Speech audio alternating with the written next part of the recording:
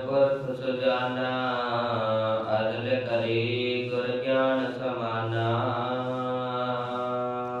पावन शब्द मारू राग दे अंदर धन गुरु नानक देव जी की पावन रसना तो उच्चारण किया होया। धन गुरु ग्रंथ साहिब जी के 1040 अंग ते 6वीं पौड़ी तो अज दियां विचारां आपां प्रारंभ करन लगे हां। सर्ब निरंजन पुरख सुजाना। निरंजन का अर्थ हुंदा है कालख तो रहत, दाग तो रहत। जिन्हों कोई भी दाग ना होवे उसनूं निरंजन आखदे हन। जिवें असीं देवतियां दी विचार करिए ते सारे देवतियां नूं कोई ना कोई दाग लग्या होया है। भावें वो शिव जी है, भावें ब्रह्मा है, भावें विष्णु है, इंद्र देवता है। आप इन्हां दे सारियां दे प्रसंग नूं जानदे हो। ये सारे दे सारे देवते दागी ने। इन्हां ने अपने जीवन दे विच कोई ना कोई इस तरह दा कर्म भुल दे नाल कीता होया है जिस करके इन्हां नूं दाग लगे है। पर वो अकाल पुरख वैगुरु दाग तो रहत है। सर्व निरंजन ते है सारियां दे विच, सर्व थां ते व्यापक। पुरख परिपूर्ण रूप दे विच रखिया करन वाला, व्यापक सुजाना। सुजाना कहंदे ने जो सब तो ज़्यादा सियाणा। परमात्मा सारियां दे अंदर व्यापक है। किसी प्रकार का उसनूं दाग नहीं लगिया। परिपूर्ण रूप दे विच साडी सारियां दी रखिया करन दे समर्थ है ते सब तो श्रेष्ठ है। श्रेष्ठ जानकारी वाला है जी। अदल करे गुर ज्ञान समाना। अदल का अर्थ होता जज, जो फैसला करने वाला है। अदल तो अदालत शब्द बने हैं। अदल करे गुर ज्ञान समाना। वो प्रभु परमात्मा फैसले करता है ते फैसले ने जिहड़े वो इस तरह करता है जिवें गुरु आपां नूं ज्ञान दे के ज्ञान दे नाल समझाउंदा है। गुरु ज्ञान दे नाल फैसले साडे अगे रखदा है। जिवें धन गुरबाणी दे अंदर फरमान आउंदा है, कूड़ बोल मुरदार खाए, अवरी नूं समझावन जाए। धन गुरु नानक देव जी ने इत्थे ज्ञान वाला फैसला किया है भई जदों कोई होर मांस खांदा है ते असीं कह दिंदे आ भाई तू मांस ना खा, मांस खाना माड़ा है। कूड़ बोल मुरदार खाए, पर आप वो झूठ बोल के ते मुर्दे खा रहे हैं। इस तरह का प्रसंग आसा जी की वार के अंदर भी आता है। धन गुरु नानक देव जी सच्चे सतगुरु विचर रहे सन ते एक मौलाना नवाज पढ़न वास्ते मसीत दे विच जा रहा सी। वो मसीत तो बाहर उजू कर रहा सी, 5 इशनाना कर रहा सी। मसीत दे अंदर जान तो पहला जिवें आपां दरबार साहिब आउण तो पहला 5 इशनाना करते हैं, टूटियां लगियां होईयां ने, उस तरह उन्हां दे भी 5 इशनाना करके इसनूं उजू आखदे ने। उजू कर रहा सी। गुरु नानक देव जी की उसके उत्ते निगाह पै गई। धन गुरु नानक देव जी ने शब्द रच दिता, मांस खाने करे नवाज। भाई हैगे तां ये बंदे खाण वाले ने ते पढ़दे ये नवाज ने। मलान नूं बड़ा गुस्सा लग्या, कज बड़ा रोह दे विच हो गया। धन गुरु नानक देव जी नूं आखदा है, मैं कदों मनुख खाता है, तुसीं कदों वेखिया मैनूं बंदा खांदे नूं। फिर गुरु नानक देव जी ने दस्सिया, वड्डी लैके हक गवाए। जदों असीं किसी तो रिश्वत लैके उसका हक मार दिंने आ, फैसला करन लगे फिर असीं वड्डी लै लैंदे आ ते बेइंसाफी करते हैं, गलत फैसला कर दिंने आ, ये बंदा खा जाने आ। एक होर उदाहरण दे नाल कोई प्राणी है, सवेर तो लैके शाम तक उसने साडे खेत विच काम कीता है ते शाम नूं जदों वो घर जाण लगा है ते असीं ਆਪਣੀ ਪਾਵਰ ਦੇ ਨਾਲ ਜਾਂ ਚੌਧਰ ਦੇ ਵਿੱਚ ਆਣ ਕੇ ਉਹਨੂੰ ਕਹਿ ਦਿੱਤਾ ਜਾਂ ਭੱਜ ਜਾ, ਅਸੀਂ ਨਹੀਂ ਤੈਨੂੰ ਦਿਹਾੜੀ ਦਿੰਦੇ। ਹੁਣ ਅਸੀਂ ਇਹ ਬੰਦਾ ਖਾ ਗਏ ਹਾਂ। ਮਾਨਸ ਖਾਣੇ ਕਰੇ ਨਵਾਜ। ਜਦੋਂ ਅਸੀਂ ਕਿਸੇ ਦਾ ਹੱਕ ਮਾਰਦੇ ਹਾਂ ਤੇ ਗੁਰਬਾਣੀ ਕਹਿੰਦੀ ਇਹ ਬੰਦਾ ਖਾ ਗਏ। ਜਦੋਂ ਅਸੀਂ ਝੂਠ ਬੋਲਦੇ ਹਾਂ ਗੁਰਬਾਣੀ ਆਖਦੀ ਮੁਰਦਾਰ ਖਾ ਗਏ। ਜਿਵੇਂ ਗੁਰ ਗਿਆਨ ਸਮਾਨਾ, ਸਮਾਨਾ ਦਾ ਅਰਥ ਹੁੰਦਾ ਬਰਾਬਰ। ਸਮਾਨ, ਸਮਾਨ ਹਿੰਦੀ ਦਾ ਸ਼ਬਦ ਹੈ, ਆਪਾਂ ਪੰਜਾਬੀ 'ਚ ਬਰਾਬਰ ਆਖ ਦਿੰਦੇ ਹਾਂ। ਹਿੰਦੀ ਦੇ ਵਿੱਚ ਬਰਾਬਰ ਨੂੰ ਸਮਾਨ ਆਖਦੇ, ਇੱਕੋ ਜਿਹੇ ਨੇ। ਜਿਵੇਂ ਗੁਰੂ ਦਾ ਗਿਆਨ ਸਾਨੂੰ ਸਮਝਾਉਂਦਾ ਹੈ, ਗੁਰੂ ਸਾਨੂੰ ਦੱਸਦਾ ਹੈ, ਉਸੇ ਤਰ੍ਹਾਂ ਉਹ ਪ੍ਰਭੂ ਪਰਮਾਤਮਾ ਫੈਸਲੇ ਵੀ ਇਸੇ ਤਰ੍ਹਾਂ ਸੱਚ ਦੇ ਕਰਦਾ ਹੈ ਜੀ। ਸੱਚੈ ਥਾਮ ਕਾਮ ਕ੍ਰੋਧ ਲੈ ਦਰਸ਼ਨ ਮਾਰੇ, ਹਉ ਮੈਂ ਲੋਭ ਚੁਕਾਇਆ। ਤੇ ਜਿਹੜਾ ਮਨੁੱਖ ਕਾਮੀ ਕ੍ਰੋਧੀ ਹੈ ਉਹਨੂੰ ਅੱਗੇ ਫਿਰ ਬੜੀ ਮਾਰ ਪੈਂਦੀ ਹੈ। ਕਾਮ ਕ੍ਰੋਧ ਲੈ ਗਰਦਨ ਮਾਰੇ। ਜਿਹੜੇ ਮਨੁੱਖ ਦੇ ਅੰਦਰ ਕ੍ਰੋਧ ਬੜਾ ਹੈ, ਕਾਮੀ ਬੜਾ ਹੈ, ਇਹਨਾਂ ਵਿਕਾਰਾਂ ਦੇ ਨਾਲ ਜੁੜਿਆ ਹੈ, ਉਹਨੂੰ ਅੱਗੇ ਫਿਰ ਬੜੀ ਮਾਰ ਪੈਂਦੀ। ਹਉਮੈ ਲੋਭ ਚੁਕਾਇਆ। ਤੇ ਜਿਹਨੇ ਆਪ ਦੇ ਅੰਦਰੋਂ ਹਉਮੈ ਦਾ ਵੀ ਨਾਸ਼ ਕੀਤਾ ਹੈ, ਲੋਭ ਦਾ ਵੀ ਨਾਸ਼ ਕੀਤਾ ਹੈ, ਉਹਦੇ ਨਾਲ ਫਿਰ ਸੱਚ ਦਾ ਫੈਸਲਾ ਹੁੰਦਾ ਹੈ। ਪ੍ਰਭੂ ਪਰਮਾਤਮਾ ਉਸ ਨੂੰ ਸਤਿਕਾਰਦਾ ਹੈ। ਜਿਵੇਂ ਗੁਰੂ ਜੀ ਨੇ ਪਿੱਛੇ ਦੱਸਿਆ ਸੀ, ਪਰਮਾਤਮਾ ਫੈਸਲੇ ਗੁਰੂ ਦੇ ਗਿਆਨ ਦੇ ਨਾਲ ਕਰਦਾ ਹੈ। ਜਿਵੇਂ ਗੁਰੂ ਗਿਆਨ ਦਿੰਦਾ ਹੈ, ਗਿਆਨ ਦੇ ਕੇ ਸਾਨੂੰ ਸਮਝਾਉਂਦਾ ਵੀ ਇਸ ਤਰ੍ਹਾਂ ਹੋਏਗਾ, ਉਸੇ ਤਰ੍ਹਾਂ ਹੀ ਪਰਮਾਤਮਾ ਅੱਗੇ ਫੈਸਲੇ ਕਰਦਾ ਹੈ। ਜਿਹੜਾ ਕੋਈ ਮਨੁੱਖ ਕਾਮੀ ਹੁੰਦਾ ਹੈ, ਕ੍ਰੋਧੀ ਹੁੰਦਾ ਹੈ, ਉਹਨੂੰ ਫਿਰ ਅੱਗੇ ਬੜੀਆਂ ਮਾਰਾਂ ਪੈਂਦੀਆਂ ਨੇ। ਤੇ ਜਿਹੜੇ ਮਨੁੱਖ ਨੇ ਆਪਣੇ ਅੰਦਰੋਂ ਵਿਕਾਰਾਂ ਨੂੰ ਨਾਸ਼ ਕਰ ਲਿਆ, ਹਉਮੈ ਦਾ ਨਾਸ਼ ਕਰ ਲਿਆ, ਲੋਭ ਦਾ ਨਾਸ਼ ਕਰ ਲਿਆ, ਉਸ ਨੂੰ ਬੜਾ ਸਤਿਕਾਰ ਮਿਲਦਾ ਹੈ। ਜਿਹੜਾ ਗੁਰਮੁਖ ਹੈ ਉਹ ਆਪਣੇ ਅੰਦਰ ਦੇ ਕਾਮ ਕ੍ਰੋਧ ਲੋਭ ਨੂੰ ਮਾਰ ਲੈਂਦਾ ਹੈ, ਹਉਮੈ ਤੇ ਲੋਭ ਦਾ ਨਾਸ਼ ਕਰਦਾ ਹੈ ਜੀ। ਸੱਚੈ ਥਾਨ ਵਸੈ ਨਿਰੰਕਾਰਾ, ਆਪ ਪਛਾਣੈ ਸ਼ਬਦ ਵਿਚਾਰਾ। ਜਿਹੜਾ ਗੁਰਮੁਖ ਹੈ ਉਹਨੂੰ ਇਸ ਗੱਲ ਦਾ ਪਤਾ ਹੈ ਵੀ ਜਿੱਥੇ ਸੱਚ ਹੋਏਗਾ ਨਾ ਉੱਥੇ ਪਰਮਾਤਮਾ ਦਾ ਵਾਸਾ ਹੋਏਗਾ। ਜਿੱਥੇ ਸੱਚ ਹੋਏਗਾ ਉੱਥੇ ਰੱਬ ਵਸ ਜਾਵੇਗਾ। ਸੱਚੇ ਥਾਨ ਵਸੇ ਨਿਰੰਕਾਰਾ। ਸੱਚ ਵਾਲੀ ਥਾਂ ਤੇ ਰੱਬ ਵਸਦਾ ਹੈ। ਭਗਤ ਕਬੀਰ ਜੀ ਦਾ ਗ੍ਰੰਥ ਹੈ, ਉਸ ਦਾ ਨਾਮ ਹੈ ਕਬੀਰ ਸਾਗਰ। ਕਬੀਰ ਸਾਗਰ ਗ੍ਰੰਥ ਦੇ ਅੰਦਰ ਭਗਤ ਕਬੀਰ ਜੀ ਦਾ ਇੱਕ ਦੋਹਰਾ ਆਉਂਦਾ ਹੈ, ਸੱਚ ਬਰਾਬਰ ਤਪ ਨਹੀਂ, ਝੂਠ ਬਰਾਬਰ ਪਾਪ।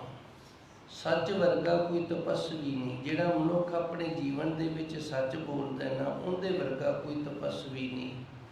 ਝੂਠ ਬਰਾਬਰ ਪਾਪ। ਤੇ ਜਿਹੜਾ ਮਨੁੱਖ ਝੂਠ ਬੋਲਦਾ ਹੈ ਉਹਦੇ ਵਰਗਾ ਕੋਈ ਪਾਪੀ ਨਹੀਂ। ਜਾ ਕੇ ਹਿਰਦੇ ਸੱਚ ਵਸੇ ਤਾਂ ਕਿ ਹਿਰਦੇ ਆਪ। ਜਿਨ੍ਹਾਂ ਦੇ ਹਿਰਦੇ ਦੇ ਵਿੱਚ ਸੱਚ ਵਸਦਾ ਉੱਥੇ ਫਿਰ ਪਰਮਾਤਮਾ ਆਪ ਆਣ ਕੇ ਵਾਸਾ ਕਰ ਲੈਂਦਾ ਹੈ। ਸੱਚੇ ਥਾਨ ਵਸੇ ਨਿਰੰਕਾਰਾ। ਜਿੱਥੇ ਸੱਚ ਹੋਏਗਾ, ਜਿਹੜੇ ਹਿਰਦੇ ਵਿੱਚ ਸੱਚ ਹੋਏਗਾ, ਜਿਹੜੀ ਥਾਂ ਤੇ ਸੱਚ ਦਾ ਵਾਸਾ ਹੋਏਗਾ, ਉੱਥੇ ਰੱਬ ਵਸਦਾ ਹੋਏਗਾ। ਆਪ ਪਛਾਣੇ ਸ਼ਬਦ ਵਿਚਾਰਾ। ਤੇ ਧੰਨ ਗੁਰੂ ਜੀ ਰਹਿਮਤ ਕਰਦੇ ਨੇ, ਜਿਹੜੇ ਗੁਰਮੁਖ ਪਿਆਰੇ ਨੇ ਨਾ, ਉਹ ਆਪਣੇ ਅੰਦਰੋਂ ਉਸ ਪ੍ਰਭੂ ਪਰਮਾਤਮਾ ਦੀ ਪਛਾਣ ਕਰਦੇ ਨੇ ਗੁਰੂ ਦੇ ਸ਼ਬਦ ਦੀ ਵਿਚਾਰ ਦੇ ਨਾਲ ਜੁੜ ਕਰਕੇ ਜੀ। ਸੱਚੈ ਮਹਿਲ ਨਿਵਾਸ ਨਿਰੰਤਰ, ਆਵਣ ਜਾਣ ਚੁਕਾਇਆ। ਧੰਨ ਗੁਰੂ ਜੀ ਨੇ 7ਵੀਂ ਪੌੜੀ ਦੀ ਪਹਿਲੀ ਤੁਕ ਦੇ ਵਿੱਚ ਸਾਨੂੰ ਦੱਸ ਦਿੱਤਾ ਸੀ, ਸੱਚੇ ਥਾਨ ਵਸੇ ਨਿਰੰਕਾਰਾ। ਸੱਚ ਵਾਲੀ ਥਾਂ ਤੇ ਪਰਮਾਤਮਾ ਵਸਦਾ ਹੈ। ਬਾਬਾ ਫਰੀਦ ਜੀ ਨੇ ਫਰਿਆਦ ਕੀਤੀ ਸੀ, ਹੇ ਸੱਚੇ ਸਤਿਗੁਰ ਜੀ, ਉਮਰ ਬੜੀ ਵੱਡੀ ਹੋ ਗਈ ਏ, ਬੁੱਢੇ ਹੋ ਗਏ ਤੇ ਅਜੇ ਤੱਕ ਆਪ ਜੀ ਦੀ ਜਿਹੜੀ ਰਹਿਮਤ ਕਿਰਪਾ ਹੈ ਨਾ ਉਹ ਨਹੀਂ ਹੋਈ। ਆਪ ਜੀ ਦਾ ਅੰਦਰ ਵਾਸਾ ਨਹੀਂ ਬਣਿਆ। ਤੇ ਕਹਿੰਦੇ ਨੇ ਆਕਾਸ਼ਬਾਣੀ ਹੋਈ। ਆਕਾਸ਼ਬਾਣੀ ਦੇ ਵਿੱਚ ਬਾਬਾ ਫਰੀਦ ਜੀ ਨੂੰ ਸੰਬੋਧਿਤ ਕਰਦਿਆਂ ਹੋਇਆਂ ਉਸ ਪਰਮਾਤਮਾ ਨੇ ਆਖਿਆ, ਆਪ ਸਵਾਰੇ ਮੈਂ ਮਿਲੇ ਫਰੀਦਾ। ਬਾਬਾ ਫਰੀਦ ਜੀ, ਜੇ ਤੂੰ ਮੇਰਾ ਹੋ ਰਹੇ ਸਭ ਜਗ ਤੇਰਾ ਹੋਏ। ਆਪ ਸਵਾਰੇ ਮੈਂ ਮਿਲੇ, ਮੈਂ ਮਿਲਿਆ ਸੁਖ ਹੋਏ। ਜੇ ਤੂੰ ਮੇਰਾ ਹੋ ਰਹੇ ਸਭ ਜਗ ਤੇਰਾ ਹੋਏ। ਆਕਾਸ਼ਬਾਣੀ ਹੋਈ, ਹੇ ਬਾਬਾ ਫਰੀਦ ਜੀ, ਤੁਸੀਂ ਆਪਣੇ ਆਪ ਨੂੰ ਅੰਦਰੋਂ ਸਵਾਰ ਨਾ ਕਰੋ। ਜਦੋਂ ਤੁਸੀਂ ਅੰਦਰੋਂ ਆਪਣੇ ਆਪ ਨੂੰ ਸਵਾਰ ਲਵੋਗੇ ਤੇ ਮੈਂ ਤੁਹਾਨੂੰ ਆਣ ਕੇ ਉਦੋਂ ਹੀ ਮਿਲ ਜਾਣਾ ਹੈ। ਮੈਂ ਮਿਲਿਆ ਸੁੱਖ ਹੋਏ, ਤੇ ਜਦੋਂ ਤੱਕ ਮੈਂ ਨਹੀਂ ਮਿਲਦਾ ਉਦੋਂ ਤੱਕ ਸੁੱਖ ਨਹੀਂ। ਮੇਰੇ ਮਿਲਿਆ ਹੀ ਸੁੱਖ ਦੀ ਪ੍ਰਾਪਤੀ ਹੈ। ਜੇ ਤੂੰ ਮੇਰਾ ਹੋ ਰਹੇ, ਬਾਬਾ ਫਰੀਦ ਜੀ ਨੂੰ ਇਹ ਵੀ ਹੁਕਮ ਸੀ ਨਾਲ ਵੀ, ਜੇ ਤੂੰ ਮੇਰਾ ਹੋ ਕੇ ਰਵੇਂਗਾ ਨਾ, ਸਭ ਜਗ ਤੇਰਾ ਹੋਏ ਤੇ ਫਿਰ ਦੁਨੀਆ ਤੇਰੀ ਆਪੇ ਹੋ ਜਾਵੇਗੀ।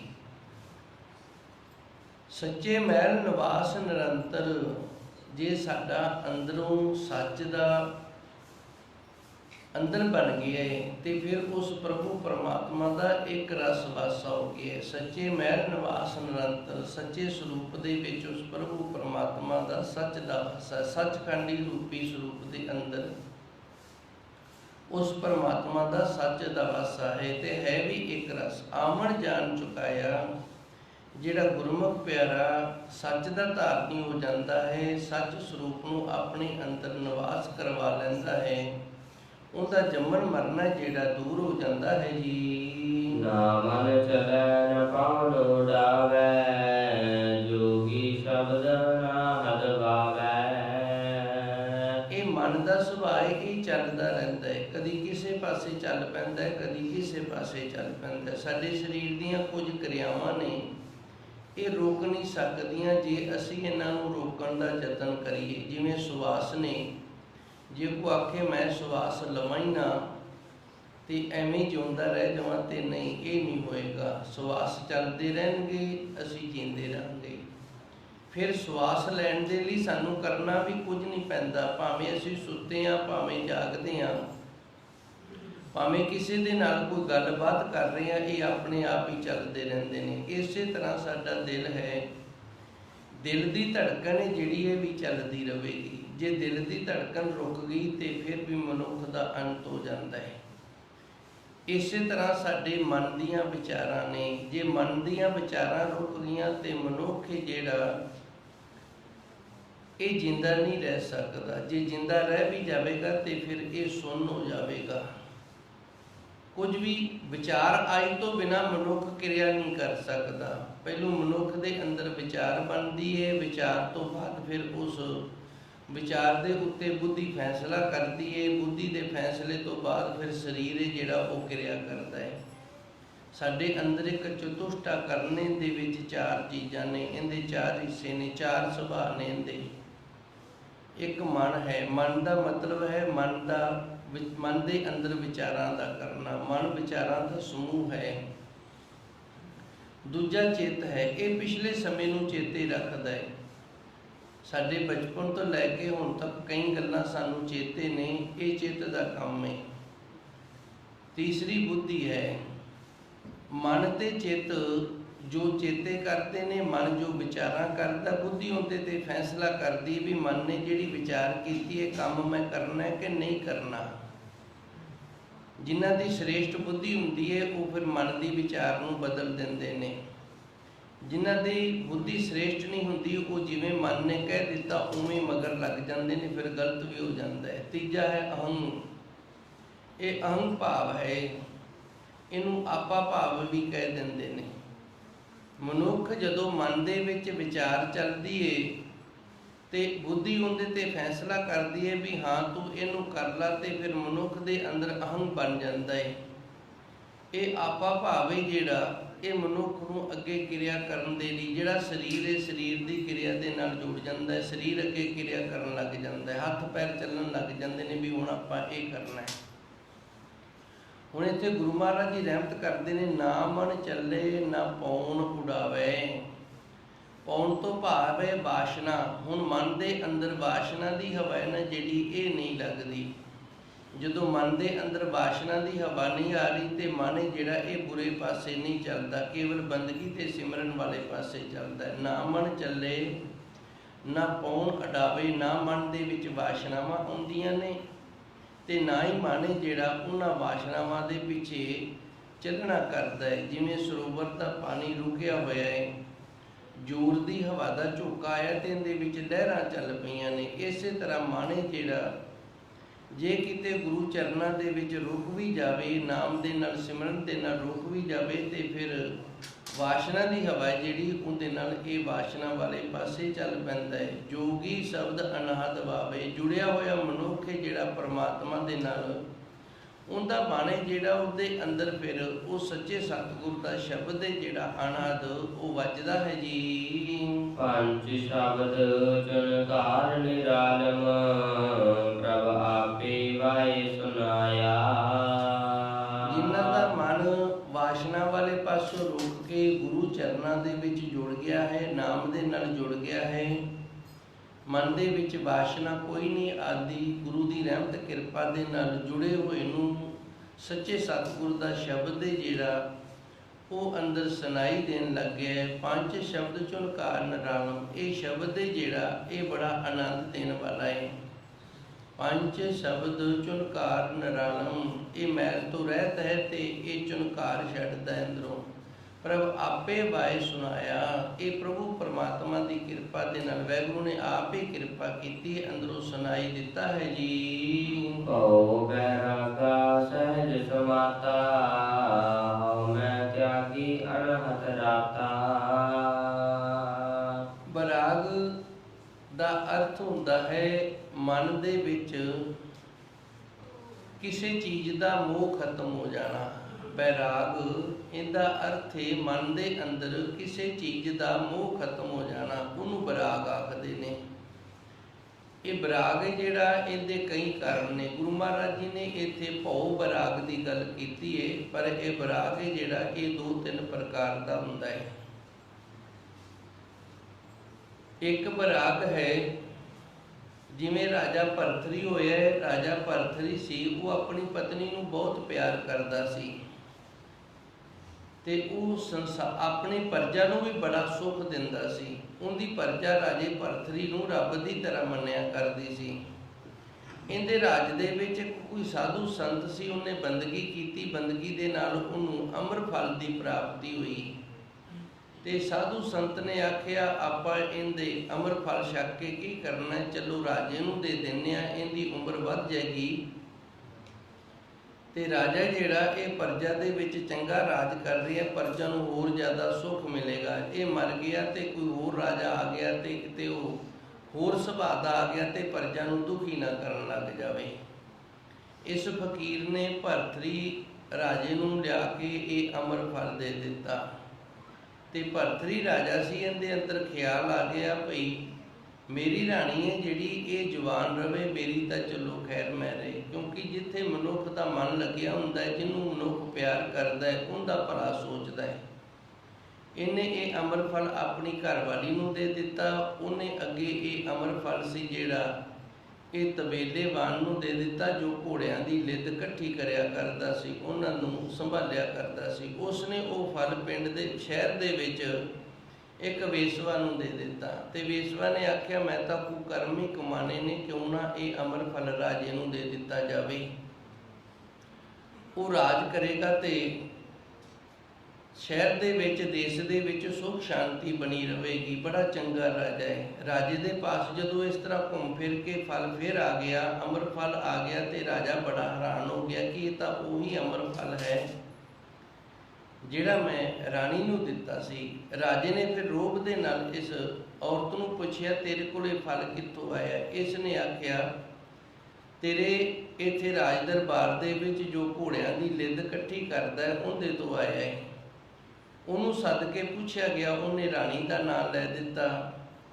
ਇੱਥੋਂ ਰਾਜਾ ਸੀ ਜਿਹੜਾ, ਉਹਦੇ ਮਨ ਦੇ ਵਿੱਚ ਦੁੱਖ ਪੈਦਾ ਹੋ ਗਿਆ, ਪਰਿਵਾਰ ਦਾ ਜਿਹੜਾ ਮੋਹ ਸੀ ਉਹ ਖਤਮ ਹੋ ਗਿਆ ਤੇ ਇਹ ਬੈਰਾਗੀ ਹੋ ਗਿਆ। ਬਾਅਦ ਵਿੱਚ ਫਿਰ ਗੋਰਖਨਾਥ ਦਾ ਇਹ ਚੇਲਾ ਬਣ ਗਿਆ ਤੇ ਧੰਨ ਗੁਰੂ ਨਾਨਕ ਦੇਵ ਜੀ ਸੱਚੇ ਸਤਿਗੁਰ ਦੇ ਵੀ ਇਹਨੂੰ ਦਰਸ਼ਨ ਪ੍ਰਾਪਤ ਹੋਏ ਸਨ। ਗੁਰੂ ਨਾਨਕ ਦੇਵ ਜੀ ਨੇ ਭਰਥਰੀ ਦੇ ਪਰਥਾਏ, ਭਰਥਰੀ ਦਾ ਨਾਮ ਹੀ ਗੁਰਬਾਣੀ ਦੇ ਅੰਦਰ ਆਉਂਦਾ ਹੈ ਤੇ 1-2 ਸ਼ਬਦ ਵੀ ਨੇ ਗੁਰੂ ਨਾਨਕ ਦੇਵ ਜੀ ਨੇ ਭਰਥਰੀ ਨੂੰ ਜਿਨ੍ਹਾਂ ਦੇ ਨਾਲ ਉਪਦੇਸ਼ ਦਿੱਤਾ ਹੈ।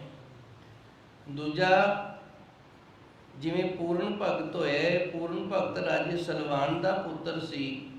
ਇਸ ਦੀਆਂ 2 ਮਾਵਾਂ ਸਨ, ਇੱਕ ਦਾ ਨਾਂ ਰਾਣੀ ਇਛਰਾ ਸੀ ਤੇ ਦੂਜੀ ਦਾ ਨਾਂ ਰਾਣੀ ਲੂਣਾ ਸੀ। ਰਾਣੀ ਲੂਣਾ ਇਹਦੀ ਮਰਤਾਈ ਮਾਂ ਸੀ, ਰਾਣੀ ਇਛਰਾ ਜਿਹੜੀ ਇਹਦੀ ਸੱਕੀ ਮਾਂ ਸੀ।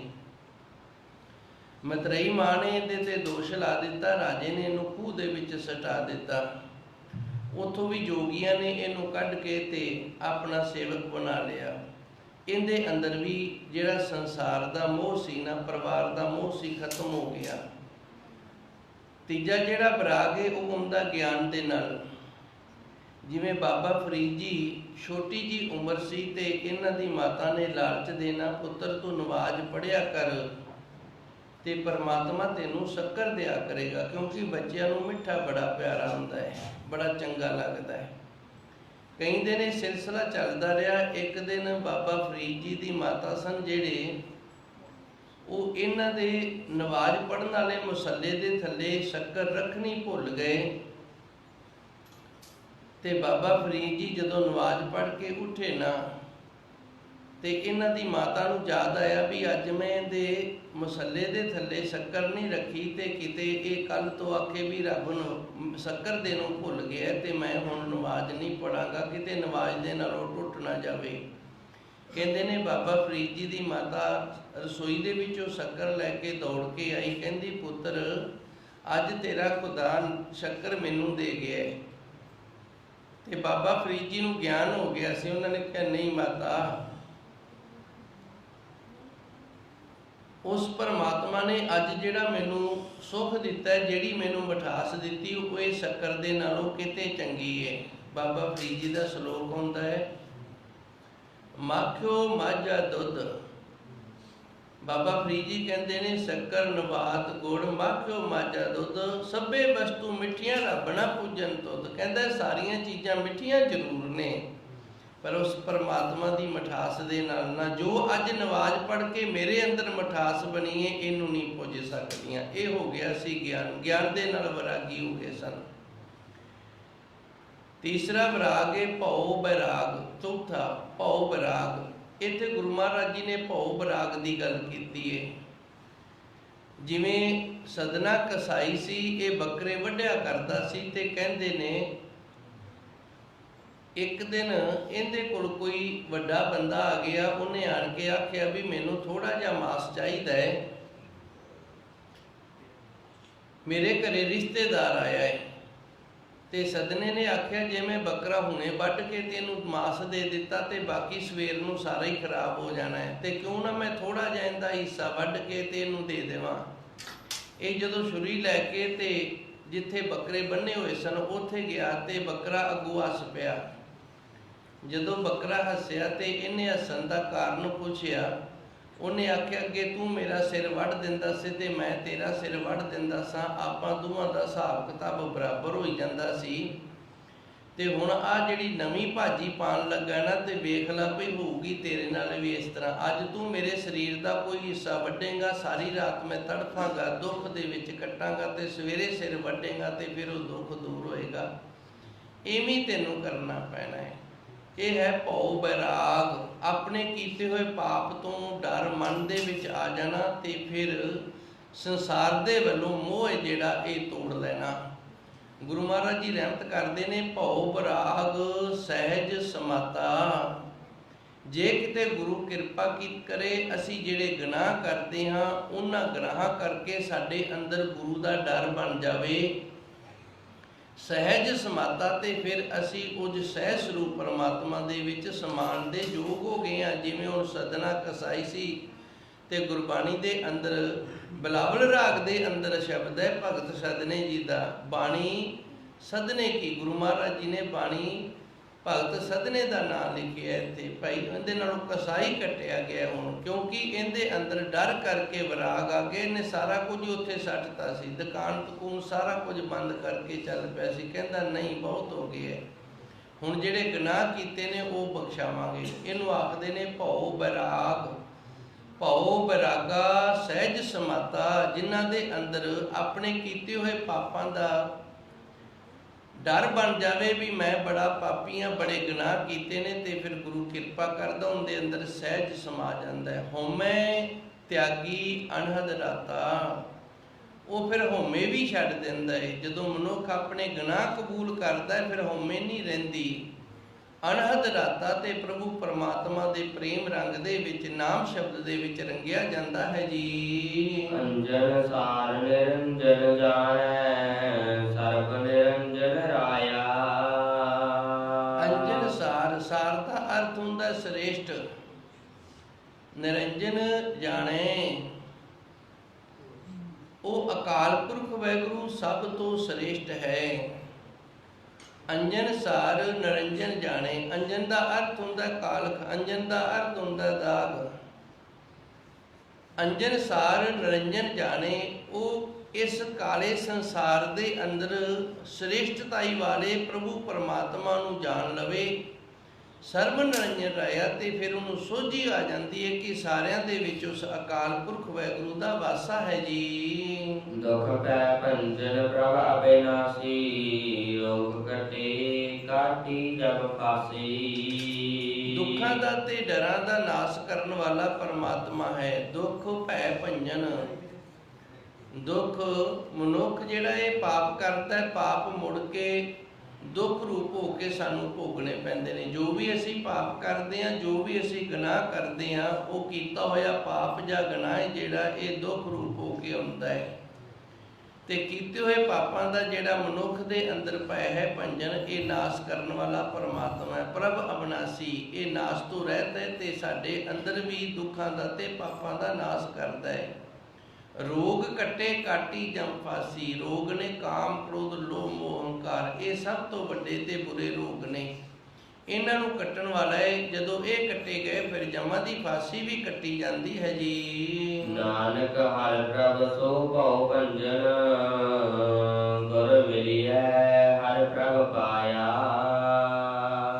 ਧੰਨ ਗੁਰੂ ਨਾਨਕ ਦੇਵ ਜੀ ਰਹਿਮਤ ਕਰਦੇ ਨੇ। ਹਰ ਸਾਰਿਆਂ ਨੂੰ ਹਰਿਆ ਭਰਿਆ ਕਰਨ ਵਾਲਾ ਹੈ। ਹਰ ਕਾ ਨਾਮ ਤੇ ਆਏ ਕਹਿ ਹੋ ਹਰਿਆ ਭਾਈ। ਗੁਰੂ ਮਹਾਰਾਜ ਜੀ ਰਹਿਮਤ ਕਰਦੇ ਨੇ, ਵਾਹਿਗੁਰੂ ਦਾ ਨਾਮ ਜਪ, ਇਹਦੇ ਨਾਲ ਤੂੰ ਹਰਾ ਹੋ ਜਾਏਗਾ। ਹੁਣ ਕਿਤੇ ਇਹ ਨਾ ਸਮਝ ਲਈਏ ਵੀ ਅਸੀਂ ਹਰੇ ਰੰਗ ਕੇ ਹੋ ਜਾਾਂਗੇ, ਨਹੀਂ, ਇਸ ਤਰ੍ਹਾਂ ਨਹੀਂ। ਜਿਵੇਂ ਗੁਰਬਾਣੀ ਦੇ ਅੰਦਰ ਗੁਰੂ ਮਹਾਰਾਜ ਜੀ ਨੇ ਇਸੇ ਤਰ੍ਹਾਂ ਦਾ ਇੱਕ ਹੋਰ ਸ਼ਬਦ ਦਰਜ ਕੀਤਾ ਹੈ, ਸੁੱਕੇ ਕਾਸ਼ਟ ਹਰਿਆ। ਸੁੱਕੀ ਲੱਕੜ ਵੀ ਹਰੀ ਹੋ ਜਾਂਦੀ ਹੈ।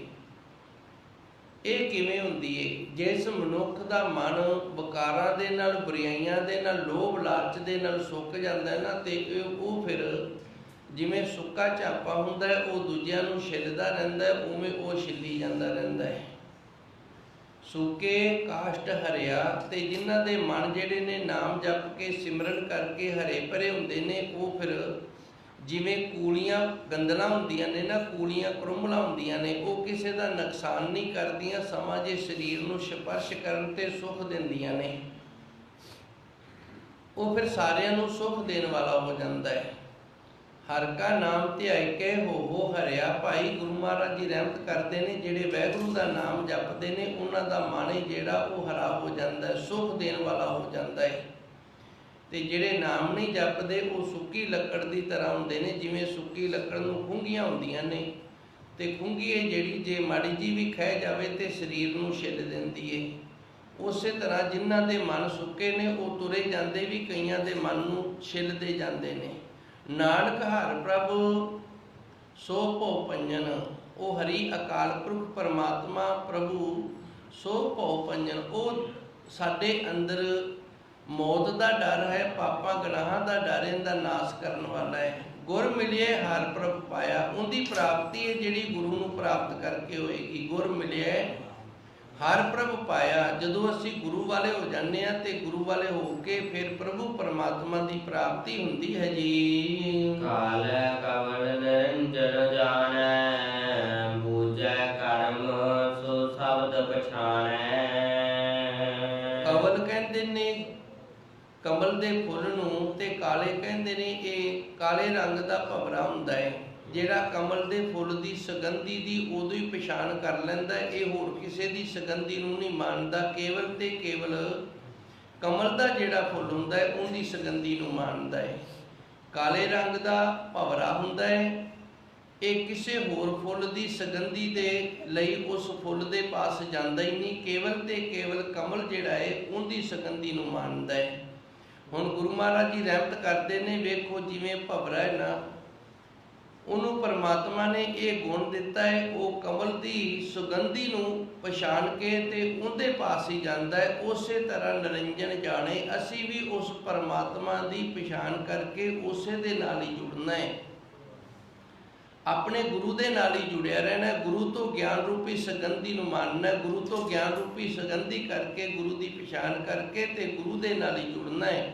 ਇੱਧਰ ਉੱਧਰ ਨਹੀਂ ਭਟਕਦੇ ਫਿਰਨਾ।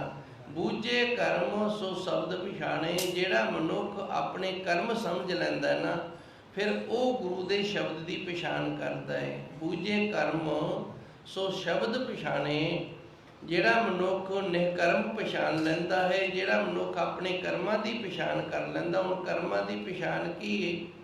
ਕਰਮਾਂ ਦੀ ਪਛਾਣ ਇਹ ਹੀ ਹੈ ਕਿ ਜੋ ਮੈਂ ਕੀਤਾ, ਜੋ ਮੈਂ ਕੀਆ ਸੋ ਮੈਂ ਪਾਇਆ, ਦੋਸ਼ ਨਾ ਦੀਜੇ ਅਵਰ ਜਨਾ। ਦੱਦੇ ਦੋਸ਼ ਨਾ ਦਿਓ ਕਿਸੇ, ਦੋਸ਼ ਕਰਮਾਂ ਆਪਣਿਆ। ਜੋ ਮੈਂ ਕੀਆ ਸੋ ਮੈਂ ਪਾਇਆ, ਦੋਸ਼ ਨਾ ਦੀਜੇ ਅਵਰ ਜਨਾ। ਜਿਹੜਾ ਮਨੁੱਖ ਦੂਜੇ ਦਾ ਗੁਨਾਹ ਨਹੀਂ ਕੱਢਦਾ, ਆਪਣੇ ਮਾੜੇ ਕੀਤੇ ਹੋਏ ਕਰਮ ਦੇ ਫਲ ਭੋਗਣ ਲੱਗਿਆ ਉਹਨੇ ਆਪਣੇ ਕਰਮ ਦੀ ਪਛਾਣ ਕਰ ਲਈਏ ਵੀ ਗੁਨਾਹ ਮੈਂ ਕੀਤਾ, ਪਾਪ ਮੈਂ ਕੀਤਾ ਤੇ ਮੇਰੀ ਦੀ ਮੈਨੂੰ ਸਜ਼ਾ ਮਿਲ ਰਹੀ ਹੈ। ਬੂਝੇ ਕਰਮ ਸੋ ਸ਼ਬਦ ਪਛਾਣੇ, ਗੁਰੂ ਦੇ ਸ਼ਬਦ ਦੀ ਪਛਾਣ ਵਾਲਾ ਵੀ ਉਹੀ ਹੁੰਦਾ ਹੈ।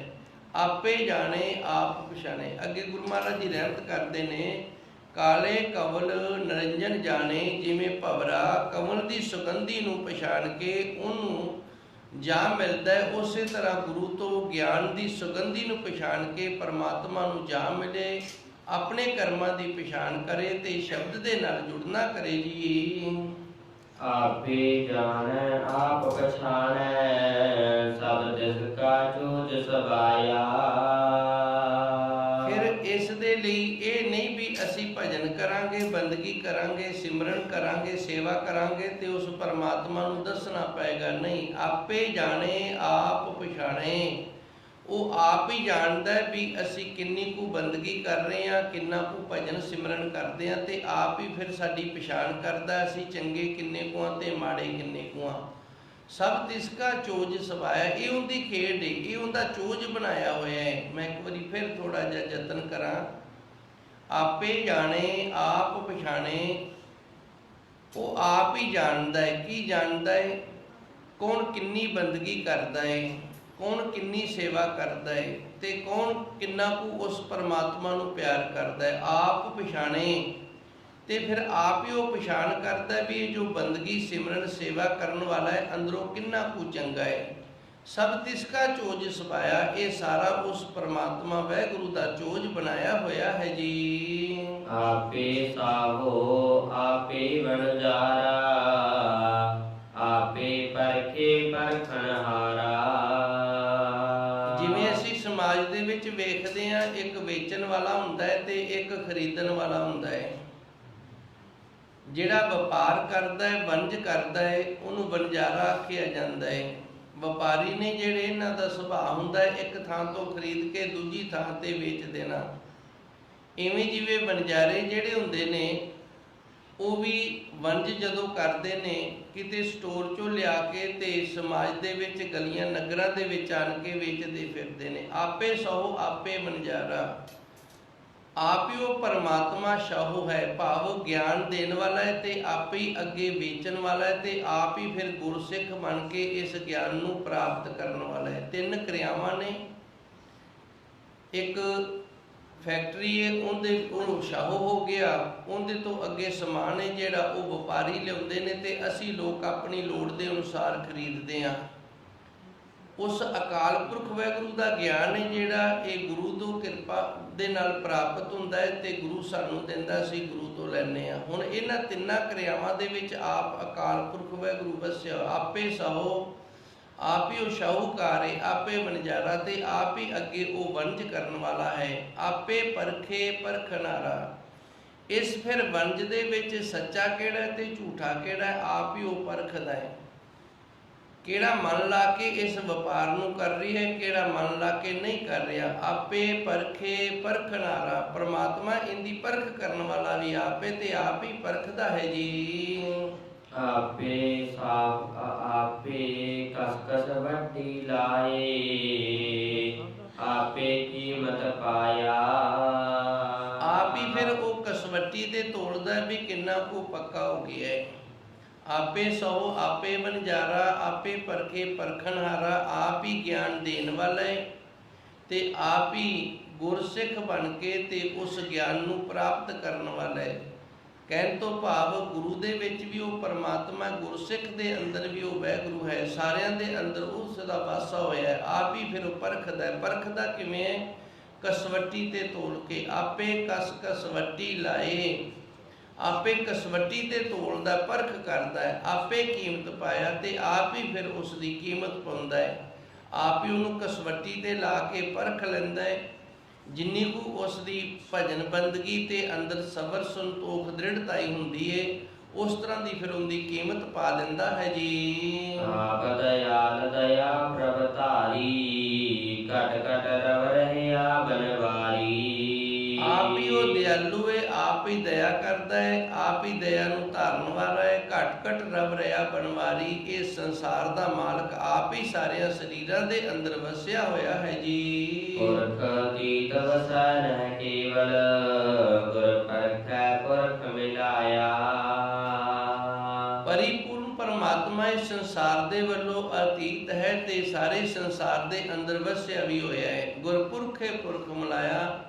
ਗੁਰੂ ਸਮਰੱਥ ਹੈ, ਗੁਰੂ ਕਿਰਪਾ ਕਰਦਾ ਹੈ, ਪ੍ਰਭੂ ਪਰਮਾਤਮਾ ਦੇ ਨਾਲ ਸਾਡਾ ਮਿਲਾਪ ਕਰਾ ਦਿੰਦਾ ਹੈ ਜੀ। ਪ੍ਰਭ ਦਾਨਾ ਬੀਨਾ ਗਰਭ ਗਵਾਏ, ਦੂਜਾ ਮੇਟਾ ਏਕ ਦਿਖਾਏ। ਪਰਮਾਤਮਾ ਆਪ ਹੀ ਅੰਦਰ ਦੀਆਂ ਜਾਣਨ ਵਾਲਾ ਹੈ ਤੇ ਆਪ ਹੀ ਸਭ ਤੋਂ ਜ਼ਿਆਦਾ ਸਿਆਣਾ ਹੈ।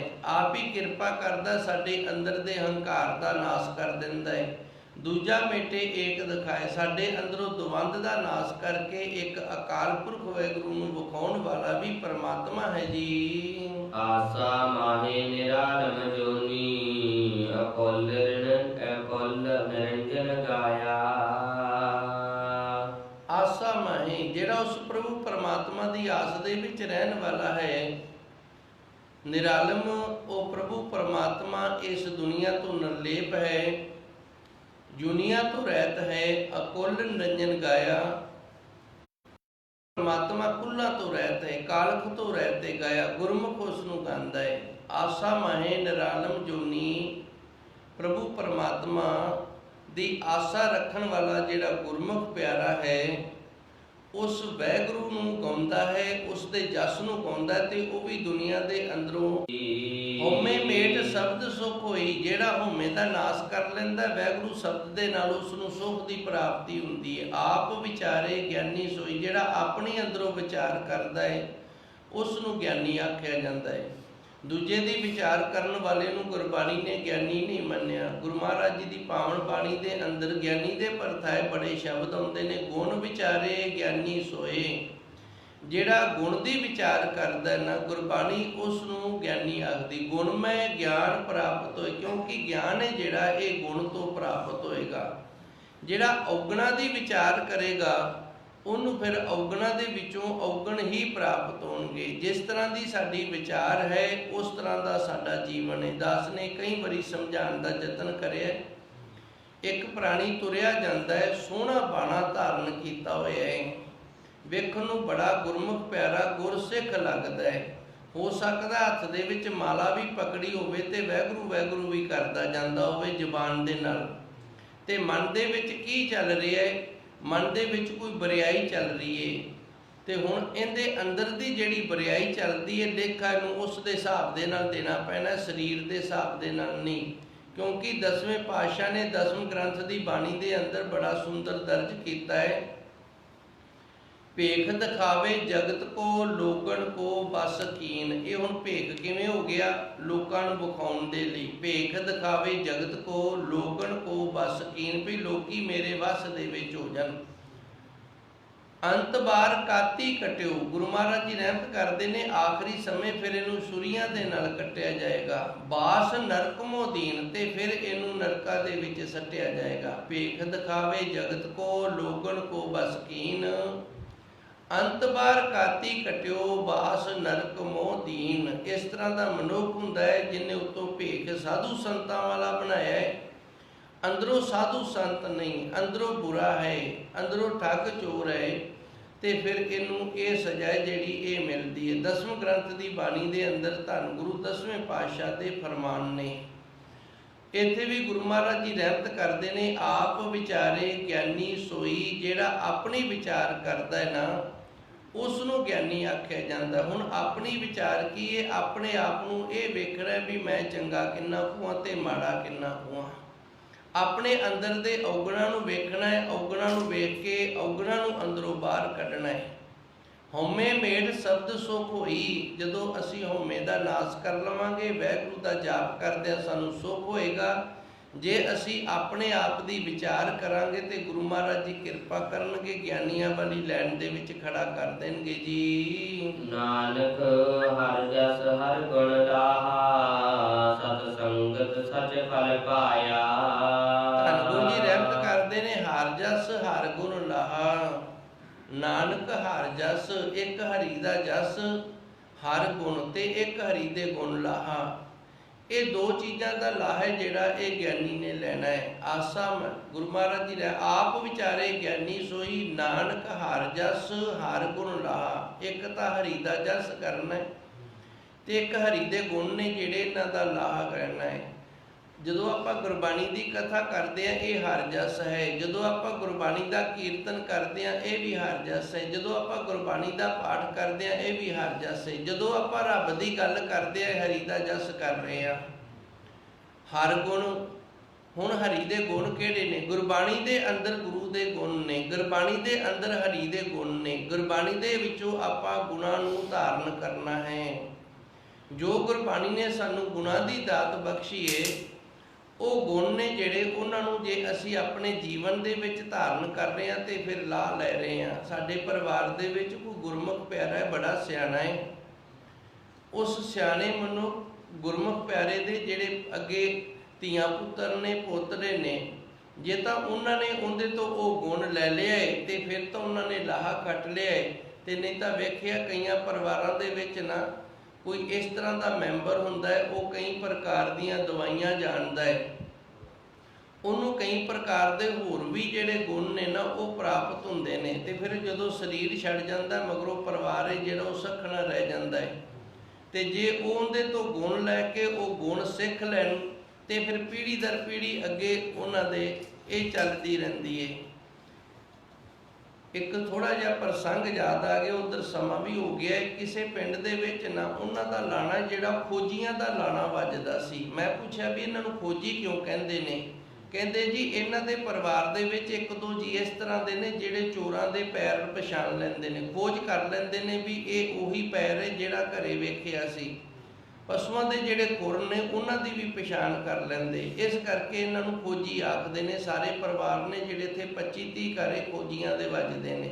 ਹੁਣ ਇਹਨਾਂ ਨੇ ਆਪਣੇ ਵਡੇਰੇ ਕਿਸੇ ਤੋਂ ਗੁਣ ਲੈ ਲਿਆ ਤੇ ਅੱਗੇ ਤੋਂ ਅੱਗੇ ਚੱਲਦਾ। ਇਸੇ ਤਰ੍ਹਾਂ ਅਸੀਂ ਗੁਰਬਾਣੀ ਦਾ ਗੁਣ ਧਾਰਨ ਕਰਨਾ ਹੈ।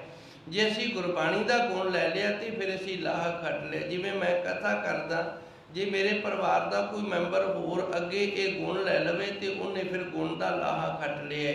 ਇਹ ਬੱਚੇ ਪੜ੍ਹਦੇ ਨੇ, ਜੇ ਕਥਾ ਕਰਨੀ ਸਿੱਖ ਲੈਣਗੇ ਤੇ ਇਹ ਗੁਣ ਦਾ ਲਾਹਾ ਲੈ ਲੈਣਗੇ। ਨਾਨਕ ਹਰਿ ਜਸ ਹਰਿ ਗੁਣ ਲਾਹਾ, ਇਹ ਦੋ ਚੀਜ਼ਾਂ ਨੇ ਜਿਹੜੀਆਂ ਇਹ ਅਸੀਂ ਜ਼ਰੂਰ ਲੈਣੀਆਂ ਨੇ। ਇੱਕ ਹਰੀ ਦਾ ਜਸ ਗਾਇਨ ਕਰਨਾ ਹੈ ਤੇ ਇੱਕ ਗੁਰਬਾਣੀ ਤੋਂ ਗੁਣਾਂ ਦਾ ਲਾਹਾ ਪ੍ਰਾਪਤ ਕਰਨਾ ਹੈ। ਸਤ ਸੰਗਤ ਸੱਚ ਫਲ ਪਾਇਆ। ਜਿੱਥੇ ਆਪਾਂ ਬੈਠੇ ਹਾਂ ਇਹਦਾ ਨਾਮ ਹੈ ਸਤ ਸੰਗਤ, ਕਿਉਂਕਿ ਇੱਥੇ ਸੱਚ ਦੀ ਗੱਲ ਹੋ ਰਹੀ ਹੈ। ਅਸੀਂ ਸੱਚ ਦੀ ਸੰਗਤ ਕਰਕੇ ਇੱਥੇ ਬੈਠੇ ਹਾਂ। ਸੱਚ ਫਲ, ਇੱਥੇ ਸਾਨੂੰ ਸੱਚ ਫਲ ਦੀ ਪ੍ਰਾਪਤੀ ਹੋਏਗੀ। ਗੁਰਮੁਖ ਨੇ ਜਿਹੜੇ ਉਹ ਆਪਣੇ ਅੰਦਰੋਂ ਹਉਮੈ ਦਾ ਨਾਸ਼ ਕਰਕੇ ਸ਼ਬਦ ਦੀ ਕਮਾਈ ਕਰਕੇ ਸੁਖ ਪ੍ਰਾਪਤ ਕਰ ਲੈਂਦੇ ਨੇ। ਆਪਣੀ ਵਿਚਾਰ ਕਰਕੇ ਗਿਆਨਵਾਨ ਹੋ ਜਾਂਦੇ ਨੇ। ਗੁਰੂ ਦਾ ਜਸ ਗਾਇਨ ਕਰਕੇ ਗੁਰੂ ਤੋਂ ਗੁਣਾਂ ਦੀ ਲਾਹਾ ਪ੍ਰਾਪਤ ਕਰਕੇ ਸਤ ਸੰਗਤ ਦੇ ਵਿੱਚ ਮਿਲ ਕੇ ਤੇ ਸੱਚੇ ਫਲ ਦੀ ਪ੍ਰਾਪਤੀ ਵਾਲੇ ਹੋ ਜਾਂਦੇ ਨੇ। ਇਤਨੀ ਕੁ ਸੇਵਾ ਆਪ ਸੰਗਤਾਂ ਨੇ ਪ੍ਰਵਾਨ ਕਰਨੀ। ਧੰਨ ਗੁਰੂ ਮਹਾਰਾਜ ਜੀ ਰਹਿਮਤ ਕਰਨ। ਸੱਚੇ ਸਤਿਗੁਰੂ ਨੇ ਜੋ ਅੱਜ